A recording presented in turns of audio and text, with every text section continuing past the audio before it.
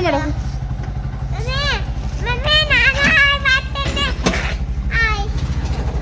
Hello guys, welcome back to my channel Kavya life style vlog in Kannada. ಎಲ್ಲರೂ ಹೇಗಿದ್ದೀರಾ? ಎಲ್ಲರೂ ಚೆನ್ನಾಗಿದ್ದೀರಾ ಅಂತ ಭಾವಿಸ್ತೀನಿ. ನಾನು ಕೂಡ ಚೆನ್ನಾಗಿದ್ದೀನಿ. ಇವತ್ತಿನ ವಿಡಿಯೋನಲ್ಲಿ ಡೆಕೋತ್ಲನ್ನ ನಾವು ಯಾವ ರೀತಿ ಎಕ್ಸ್ಪ್ಲೋರ್ ಮಾಡಿದ್ವಿ ಅನ್ನೋದನ್ನ ನಿಮ್ಮ ಜೊತೆ ಶೇರ್ ಮಾಡ್ಕೋತಾ ಇದ್ದೀನಿ.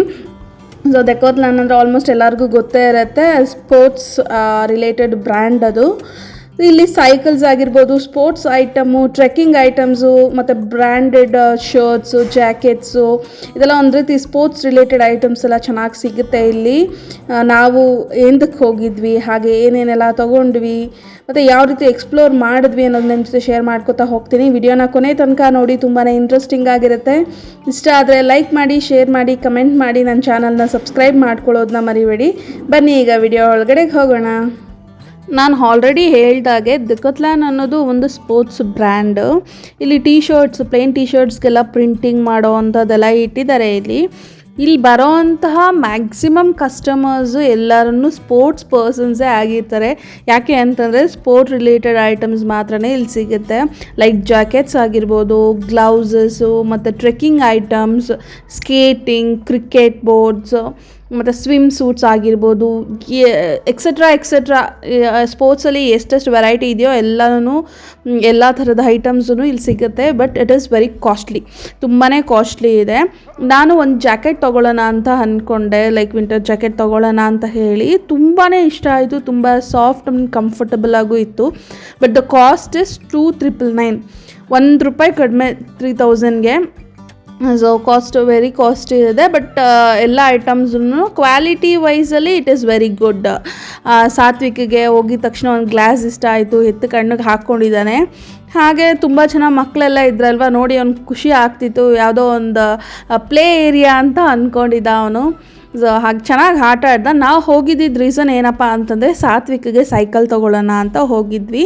ತೊಗೊಳ್ಳೋಕ್ಕೆ ಅನ್ನೋಕ್ಕಿಂತ ಯಾವ ರೀತಿ ಇರುತ್ತೆ, ಸಡನ್ನಾಗಿ ಹೋದ್ವಿ, ಒಂದು ಸೈಕಲ್ನ ನೋಡಿದ್ವಿ, ತಂದ್ವಿ ಅನ್ನೋಕ್ಕಿಂತ ಯಾವ ರೀತಿ ಸೈಕಲ್ನ ತೊಗೊಳ್ಬೋದು, ಹೊಸದಾಗಿ ಮಾರ್ಕೆಟ್ಗೆ ಯಾವ ರೀತಿ ಸೈಕಲ್ಸ್ ಎಲ್ಲ ಬಂದಿದೆ ಅಂತ ನಾವು ಚೆಕ್ ಮಾಡಿ ಅದಾದಮೇಲೆ ಅವ್ನಿಗೆ ತೊಗೊಳ್ಬೇಕು ಅನ್ನೋದು ನಮ್ಮ ಮೈಂಡ್ ಸೆಟ್ಟು. ನಾವು ಕಳೆದು ಬಂದ ಜನ್ರೇಷನ್ ಬಂದು ಹೊರಗಡೆ ತುಂಬ ಆಟ ಆಡ್ತಿದ್ವಿ. ನಮ್ಗೆ ಆ್ಯಕ್ಟಿವಿಟೀಸು ಅಷ್ಟೇ ಹಾಗೇ ಇರ್ತಿತ್ತು. ನಮಗೇನು ಸ್ಪೋರ್ಟ್ಸಲ್ಲಿ ಅಷ್ಟೊಂದು ಇಂಪಾರ್ಟೆಂಟ್ ಕೊಡಬೇಕು ಅಂತ ಅನ್ನಿಸ್ತಿರಲಿಲ್ಲ. ಬಟ್ ಈ ಜನ್ರೇಷನ್ ಮಕ್ಕಳು ಹಾಗಲ್ಲ. ಸ್ಕೂಲು, ಮನೆ, ಡೇ ಕೇರ್ ಆಯಿತು, ಮನೆ ಆಯಿತು, ಮತ್ತು ಮೊಬೈಲ್ಗೆ ಮತ್ತು ಸೆಲ್ ಫೋನ್ಸ್ ಆಗಿರ್ಬೋದು, ಟಿವಿಗಾಗಿರ್ಬೋದು ತುಂಬಾ ಅಡಿಕ್ಟ್ ಆಗಿದ್ದಾರೆ ಮಕ್ಕಳು. ಅದರಲ್ಲೆಲ್ಲ ನನ್ನ ಮಕ್ಕಳು ಅಡಿಕ್ಟ್ ಆಗೋದು ಬೇಡ ಅಂತಂದರೆ ಪೇರೆಂಟ್ಸ್ ಪ್ಲೀಸ್ ಹೋಗಿ ಯಾವುದಾದ್ರು ಒಂದು ಸ್ಪೋರ್ಟ್ಸ್ ಅಕಾಡೆಮಿಗಾಗಿರ್ಬೋದು, ಸ್ಪೋರ್ಟ್ಸ್ ಆ್ಯಕ್ಟಿವಿಟಿಗಾಗಿರ್ಬೋದು ನಿಮ್ಮ ಮಕ್ಕಳನ್ನ ಜಾಯಿನ್ ಮಾಡಿ. ಈಗಿನ ಜನ್ರೇಷನ್ಗೆ ಸ್ಪೋರ್ಟ್ಸ್ ಅನ್ನೋದು ತುಂಬಾ ಮುಖ್ಯ. ಫ್ಯೂಚರಲ್ಲೂ ಅಷ್ಟೇ ಸ್ಪೋರ್ಟ್ಸ್ಗೆ ತುಂಬಾ ಇಂಪಾರ್ಟೆನ್ಸ್ ಇರುತ್ತೆ ನೇಷನಲ್ಲಿ. ಸ್ಪೋರ್ಟ್ಸಲ್ಲಿ ಇದ್ದು ಸಾಧನೆ ಮಾಡಿರೋರು ಎಷ್ಟೋ ಚೆನ್ನಾಗಿದ್ದಾರೆ. ಅದ್ರ ಬಗ್ಗೆ ತಿಳ್ಕೊಂಡು ನಿಮ್ಮ ಮಕ್ಕಳಿಗೆ ಯಾವುದ್ಯಾವುದ್ರಲ್ಲಿ ಇಂಟ್ರೆಸ್ಟ್ ಇದೆ ಅಂತ ಹೇಳಿ ಅವ್ರ ಹತ್ರ ಸ್ವಲ್ಪ ಹೊತ್ತು ಡಿಸ್ಕಸ್ ಮಾಡಿ ಅವ್ರನ್ನ ಸ್ಪೋರ್ಟ್ಸಿಗೆ ಜಾಯಿನ್ ಮಾಡಿ. ಚಿಕ್ಕ ಮಕ್ಕಳಿಗೆ ಏನು ಗೊತ್ತಾಗುತ್ತೆ ಅಂತ ನೀವು ಅಂದ್ಕೋಬೋದು. ಅವ್ರಿಗೆ ಇಷ್ಟ ಏನು ಅಂತ ಹೇಳಿ ಅವ್ರು ಹೇಳೇ ಇರ್ತಾರೆ. ಎಕ್ಸಾಂಪಲ್ಗೆ ನನ್ನ ಮಗನಿಗೆ ನಿಮ್ಗೆ ಏನು ಇಷ್ಟ ಅಂತ ಕೇಳಿದ್ರೆ ನಾನು ಸ್ವಿಮ್ಮಿಂಗ್ ಕಲ್ತ್ಕೊಬೇಕು ಮಮ್ಮಿ ಅಂತಂದ. So we are going to joining for swimming class ಕೂಡ. ಅದಕ್ಕೆ ನಿಮ್ಮ ಮಕ್ಕಳಿಗೆ ಯಾವುದಾದ್ರು ಇಂಟ್ರೆಸ್ಟ್ ಇದೆ ನೋಡಿ, ಹುಡುಗ ಹುಡುಗಿ ಆ ಥರ ಎಲ್ಲ ಏನು ಭೇದ ಭಾವ ಇಲ್ಲ. ಹುಡುಗಿರು ಕರಾತೆ ಕಲಿಬೋದು, ಸ್ವಿಮ್ಮಿಂಗ್ ಕಲಿಬೋದು, ಕ್ರಿಕೆಟು ಕಲಿಬೋದು. ಈಗ RCBನಲ್ಲಿ ಎಲ್ಲ ವಿನ್ ಆಗೋದಿಲ್ವಾ ಹೇಳಿ, ಲೇಡೀಸ್ ಟೀಮೇ ಅಲ್ವಾ ವಿನ್ ಆಗಿದ್ದು. ಸೊ ಅದನ್ನು ಮೈಂಡಲ್ಲಿ ಇಟ್ಕೊಳ್ಳಿ. ಕ್ರಿಕೆಟ್ ಆಗಿರ್ಬೋದು, ಹಾಗೆ ವಾಲಿಬಾಲು, ಫುಟ್ಬಾಲ್ ಆಗಿರ್ಬೋದು, ಸ್ಕಿಪ್ಪಿಂಗು, ಖೋಖೋ, ಎಷ್ಟೋ ರೀತಿಯಾದಂಥದ್ದಿದೆ ಹೆಣ್ಮಕ್ಳಿಗೆ. ಗಂಡು ಮಕ್ಳಿಗೂ ಅಷ್ಟೇ volleyball, cricket, football, high jump, short jump ಅಂತ ಹೇಳಿ ಸ್ಪೋರ್ಟ್ಸ್ ಹೇಳ್ತಾ ಹೋದರೆ ಹೇಳ್ತಾನೆ ಹೋಗ್ತಾ ಇರ್ಬೋದು. ಅಷ್ಟಿದೆ ಸ್ಪೋರ್ಟ್ಸು. ಅವ್ರಿಗೆ ಯಾವ್ದು ಇಂಟ್ರೆಸ್ಟ್ ಇದೆಯೋ ಅದರಲ್ಲಿ ಅವ್ರನ್ನ ಜಾಯಿನ್ ಮಾಡಿ. ಜಾವ್ಲಿನ್ ಥ್ರೋನಲ್ಲಿ ಕೂಡ ಲೇಡೀಸ್ ಬಂದು ಫಸ್ಟ್ ಬರ್ತಾರೆ. Like gold medal, silver medal ಎಲ್ಲ ತೊಗೊತಾರೆ. ಏನಾದರೂ ಒಂದು ಸ್ಪೋರ್ಟ್ಸ್ ಆ್ಯಕ್ಟಿವಿಟಿಗೆ ನೀವು ಜಾಯಿನ್ನ ಮಾಡಿ. ಮೊಬೈಲ್ಗೆ ಅಡಿಕ್ಟ್ ಬೇಡ, ಟಿವಿಗೆ ಅಡಿಕ್ಟ್ ಬೇಡ. ಈಗಿನ ಕಾಲದ ಮಕ್ಕಳು ನೋಡೋದೇ ಇಲ್ಲ, ಅವ್ರು ತೋರಿಸೋದೇ ಇಲ್ಲ ಅಂತ ಹೇಳಲ್ಲ. ನನ್ನ ಮಗನೂ ನೋಡ್ತಾನೆ, ನಾನು ಅದಕ್ಕೆಲ್ಲ ಅಪೋಸ್ ಮಾಡಲ್ಲ. ಅದ್ರ ಜೊತೆಗೆ ಯಾವುದಾದ್ರೂ ಒಂದು ಸ್ಪೋರ್ಟ್ಸಲ್ಲಿ ಅವರನ್ನು ಇನ್ವಾಲ್ವ್ ಮಾಡಬೇಕು. Sports is very important for this generation ಅಂತ ನಾನು ಹೇಳ್ತೀನಿ. ಸೊ ಹಾಗೆ ಇಲ್ಲಿ ನನಗೆ ಸ್ಕೇಟಿಂಗ್ ಅಂತಂದರೆ ತುಂಬ ಇಷ್ಟ. ನಾನಿರೋ ಹೈಟ್ಗೆ ವೇಟ್ಗೆ ನಾನು ಸ್ಕೇಟಿಂಗ್ ಮಾಡೋಕ್ಕಾಗುತ್ತಾ ಈ ವಯಸ್ಸಲ್ಲಿ ಹೇಳಿ. ಸೊ ಅದಕ್ಕೆ ನನ್ನ ಮಗನ ಸ್ಕೇಟಿಂಗಿಗೆ ಕಲಿಸೋಣ ಅಂತ ಅಂದ್ಬಿಟ್ಟು ನೋಡಿದ್ರೆ ಅವನೇ ಇರೋದು 12 kg. ಆ ಸ್ಕೇಟಿಂಗ್ ಶೂ 10 kgs ಇದೆ. ಅವನು ಹೆಂಗೆ ಹ್ಯಾಂಡಲ್ ಮಾಡ್ತಾನೆ, ಅವನ ಕೈಯಲ್ಲಿ ಆಗಲಿಲ್ಲ. ನನಗೆ ಅಯ್ಯೋ ಪಾಪ ಅಂತ ಅನ್ನಿಸ್ಬಿಡ್ತು. ಹಾಗೆ ಇಲ್ಲಿ ಕ್ರಿಕೆಟ್ ಚಿಕ್ಕ ಮಕ್ಕಳಿಗೆ ಅಂತಲೇ ಸ್ಟಾರ್ಟಿಂಗಲ್ಲಿ ಅವ್ರಿಗೆ ಅಷ್ಟು ವೆಯ್ಟ್ ಬ್ಯಾಟ್ಸ್ ಎಲ್ಲ ಎತ್ತಕ್ಕಾಗಲ್ಲ ಅಲ್ವಾ, ಸೊ ಅವ್ರಿಗೆ soft balls and soft cricket bats ಎಲ್ಲ ಇರುತ್ತೆ. ಅದರಲ್ಲಿ ಅಪ್ಪ ಮಗ ಸ್ವಲ್ಪ ಹೊತ್ತು ಕ್ರಿಕೆಟ್ನ ಆಡ್ಕೊಂಡಿದ್ರು. ನೋಡಿ, ಮಕ್ಕಳ ಜೊತೆ ಟೈಮ್ ಸ್ಪೆಂಡ್ ಮಾಡೋದು ತುಂಬಾ ಇಂಪಾರ್ಟೆಂಟು. ಮಕ್ಕಳ ಜೊತೆ ಚೆನ್ನಾಗಿ ಟೈಮ್ನ ಸ್ಪೆಂಡ್ ಮಾಡಬೇಕು. ಹೌದು, ಮಕ್ಳಿಗೋಸ್ಕರನೇ ನಾವು ಕಷ್ಟಪಡೋದು, ದುಡಿಯೋದು, ನಾವು ಬ್ಯುಸಿ ಆಗೋಗ್ತೀವಿ ಲೈಫಲ್ಲಿ, ಅದೆಲ್ಲ ಓಕೆ. ವಾರದಲ್ಲಿ ಒಂದು ದಿವಸ ಆಫ್ ಡೇ ಮಕ್ಳಿಗೆ ಟೈಮ್ ಕೊಡಲೇಬೇಕು, ಅದು ತುಂಬಾ ಇಂಪಾರ್ಟೆಂಟು. ಅವ್ರ ಮೈಂಡಿಗೆ ನಮ್ಮಪ್ಪ ನಮ್ಮಮ್ಮ ಟೈಮ್ ಕೊಡೋದೇ ಇಲ್ವಲ್ಲ ಅಂತ ಅನ್ನಿಸ್ಬಾರ್ದು. ಸೊ ನಾನು ಇಷ್ಟು ಹೇಳೋಕ್ಕೆ ಇಷ್ಟಪಡ್ತೀನಿ. ಒಬ್ಬೊಬ್ಬರ ಸಿಚುವೇಶನ್ ಒಂದೊಂದು ಥರ ಇರುತ್ತೆ, ನೋಡಿ ಆದಷ್ಟು ಟೈಮ್ ಕೊಡಿ. ಇಲ್ಲಿ ಹಾಗೆ ನಾವು ಜಿಮ್ ಸೆಕ್ಷನ್ಗೆ ಹೋದ್ವಿ. ವೆಯ್ಟ್ ಲಾಸ್ ಅಂತ ಹೇಳ್ತೀವಿ ಹೊರತು ವೆಯ್ಟ್ ಲಾಸ್ ಅಂತೂ ಮಾಡೋಕ್ಕೆ ಆಗ್ತಿಲ್ಲ. ಸೊ ಹಾರ್ಮೋನಲ್ ಚೇಂಜಸ್ ಆಗಿರ್ಬೋದು, ಫಿಸಿಕಲಿ ಮೆಂಟಲಿ ಸಮ್ ಡಿಪ್ರೆಷನ್ಸಿಂದ ಏನೂ ಮಾಡೋಕ್ಕೆ ಆಗ್ತಿಲ್ಲ. So that is another part.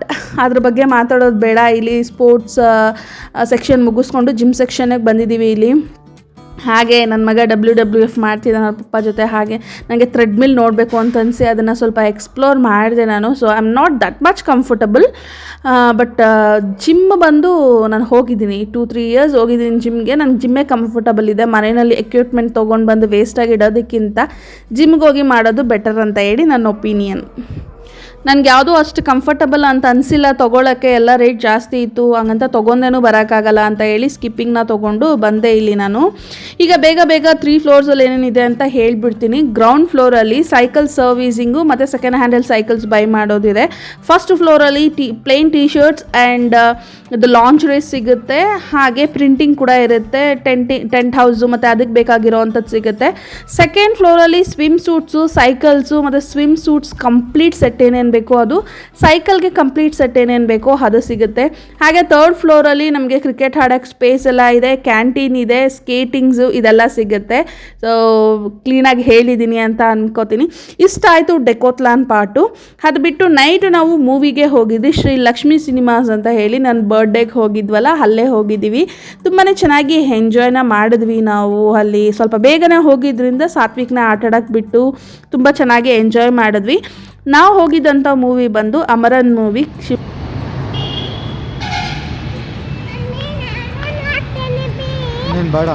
Candy crush ಆಡ್ತಾ ಇದ್ದಾರೆ.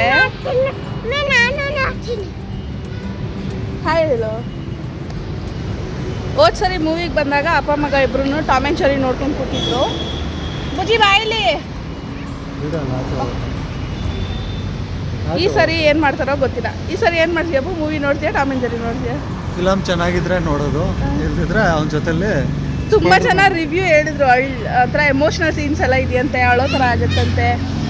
ಮತ್ತು ಆ್ಯಕ್ಷನ್ ಸೀನ್ಸ್ ಎಲ್ಲ ಬಂದು ಒಂದು ಸ್ವಲ್ಪ ಭಯಂಕರವಾಗಿದೆಯಂತೆ, ಮಿಲ್ಟ್ರಿ ಶೂಟು ಅದೆಲ್ಲ. ಸೊ ನೋಡೋಣ. ನಾನು ಫಸ್ಟ್ ಟೈಮ್ ಎಮೋಷ್ನಲ್ ಜಾಸ್ತಿ. ನೋಡೋಣ, ಅಳಿಸುತ್ತೇನೆ ಈ ಮೂವಿ ನೋಡಿಬಿಟ್ಟು ಹೇಳ್ತೀನಿ. ಓಕೆ. ಮೂವಿ ಟಿಕೆಟ್ ಬಂದು 300 rupees ಆಯಿತು. ಹಾಗೆ ಪಾಪುಗೆ 3 years ಅಬೋವ್ ಇದ್ದರೆ ಸಪ್ರೇಟ್ ಟಿಕೆಟ್ ತೊಗೊಬೇಕು ಅಂತಂದರು. ಮೇಲೇ ಕೂರಿಸ್ಕೋತೀವಿ ಅಂತಂದ್ಬಿಟ್ಟು 2 ಟಿಕೆಟ್ಸ್ನ ತೊಗೊಂಡು ಹೋಗ್ತಾಯಿದ್ವಿ.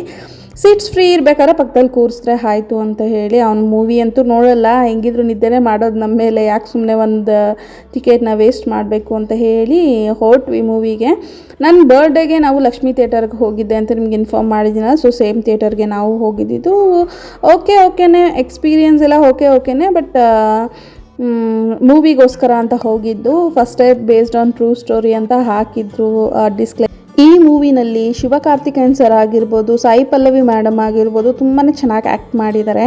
ಸೊ ಹಾಗೆ ನೋಡ್ತಾನೆ ಬ್ರೇಕ್ ಬಂತು. ಸಾತ್ವಿಕ್ ನಾನು ಪಾಪ್ಕಾರ್ನ್ ಬೇಕು ಅಂತಂದ.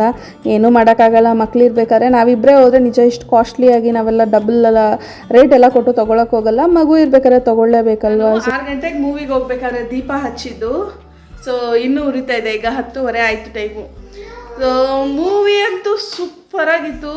ಸಾಯಿ ಪಲ್ಲವಿ ಆ್ಯಕ್ಟಿಂಗು ಯಾರು ಹೊಡ್ಕೊಳಕ್ಕಾಗಲ್ಲ, ಸಕ್ಕತ್ತಾಗಿ ಆ್ಯಕ್ಟಿಂಗ್ ಮಾಡಿದ್ದಾರೆ. ನಾನಂತೂ ನನ್ನ ಕಣ್ಣುಗಳು ನೋಡಿದ್ರೆ ಗೊತ್ತಾಗುತ್ತೆ ನಿಮಗೆ. 10 ನಾನು ತುಂಬಾ ಎಮೋಷ್ನಲ್ ಜಾಸ್ತಿ. ನಾನು ಯಾರಾದರೂ ಒಂದು ಮಾತಂದ್ರೂ ಮನಸ್ಸಿಗೆ ಬೇಗ ಹತ್ರ ಹಚ್ಕೊಬಿಡ್ತೀನಿ. ಮತ್ತು ಪೊಸೆಸಿವ್ನು ಅಷ್ಟೇ. ನಾನು ಯಾರಾದರೂ ನನಗೆ ಲೈಕ್ ಫ್ರೆಂಡ್ಸ್ ಅವ್ರ ಫ್ಯಾಮಿಲಿ ಯಾರಾದರೂ ಒಬ್ರು ಏನಾದರೂ ಅಂದ್ಬಿಟ್ರೆ, ಇಲ್ಲ ಅವ್ರಿಗೆ ಯಾರಾದರೂ ಒಬ್ರು ಏನಾದರೂ ಅಂದ್ಬಿಟ್ರು ಒಂಥರ ಪೊಸೆಸಿವ್ನೆಸ್ ಸ್ವಲ್ಪ ಜಾಸ್ತಿ ನನಗೆ. ಸೊ ಆ ರೀತಿ ಸಖತ್ ಎಮೋಷ್ನಲ್ ಆಗಿತ್ತು ಮೂವಿ. ಮತ್ತು I am proud to be a Indian ಅನ್ನೋ ಥರ ಇತ್ತು ಮೂವಿ ಎಲ್ಲ ನೋಡಿದಾದ್ಮೇಲೆ. ತುಂಬಾ ಚೆನ್ನಾಗಿದೆ ಮೂವಿ, ಹಾಗೆ ರಿಯಲ್ ಸ್ಟೋರಿ ಆಗಿರೋದ್ರಿಂದ ಒಂದ್ಸರಿ ಖಂಡಿತ ಹೋಗಿ ನೋಡಿ. ನನ್ನಂತೂ ತುಂಬ ಸರಿ ಹತ್ಬಿಟ್ಟೆ ನಾನು ಮೂವಿನ 4-5 ಟೈಮ್ಸ್ ಹತ್ತಿದ್ದೀನೇನೋ ಆ ಎಮೋಷ್ನಲ್ ಸೀನ್ಸ್ ಎಲ್ಲ ನೋಡಿದಾಗ. ಆ್ಯಕ್ಷನ್ ಇದೆ, ನೀವೇನು ಒಂದ್ಸರಿ ಎಕ್ಸ್ಪೆಕ್ಟೇಷನ್ ಇಟ್ಕೊಳ್ದೆ ಓಕೆ ನಾವು ಒಂದು CC ಕ್ಯಾಮ್ರಾನಲ್ಲಿ ಏನೇನು ನಡೀತಾ ಇದೆ ಅನ್ನೋದನ್ನು ನಾನೀಗ ನೋಡ್ತಾ ಇದ್ದೀನಿ ಅನ್ನೋ ಮೈಂಡ್ ಸೆಟ್ಟಲ್ಲಿ ನೋಡಿ ತುಂಬಾ ಒಂಥರ ಹಾರ್ಟ್ ಪೇಯ್ನ್ ಆಗುವಂಥ ವಿಷಯಗಳೆಲ್ಲ ಇದ್ದಾವೆ ಅದರಲ್ಲಿ. ಸೊ ನೋಡಿ, ಚೆನ್ನಾಗಿದೆ ಮೂವಿ. ಇದಾಗಿತ್ತು ಇವತ್ತಿನ ವಿಡಿಯೋ. ನೋಡಿದ್ರಲ್ಲ, ನಿಮಗಿಷ್ಟ ಆಗಿದ್ರೆ ಖಂಡಿತ ಲೈಕ್ ಮಾಡಿ, ಶೇರ್ ಮಾಡಿ, ಕಮೆಂಟ್ ಮಾಡಿ, ನನ್ನ ಚಾನಲ್ನ ಸಬ್ಸ್ಕ್ರೈಬ್ ಮಾಡ್ಕೊಳ್ಳೋದು ಮರಿಬೇಡಿ. ನಾನು ಮತ್ತೊಂದು ಇಂಟ್ರೆಸ್ಟಿಂಗ್ ವಿಡಿಯೋ ಜೊತೆ ನಿಮ್ಮನ್ನು ಮೀಟ್ ಮಾಡ್ತೀನಿ. ಅಲ್ಲಿ ತನಕ ಟೇಕ್ ಕೇರ್, ಬಾಯ್.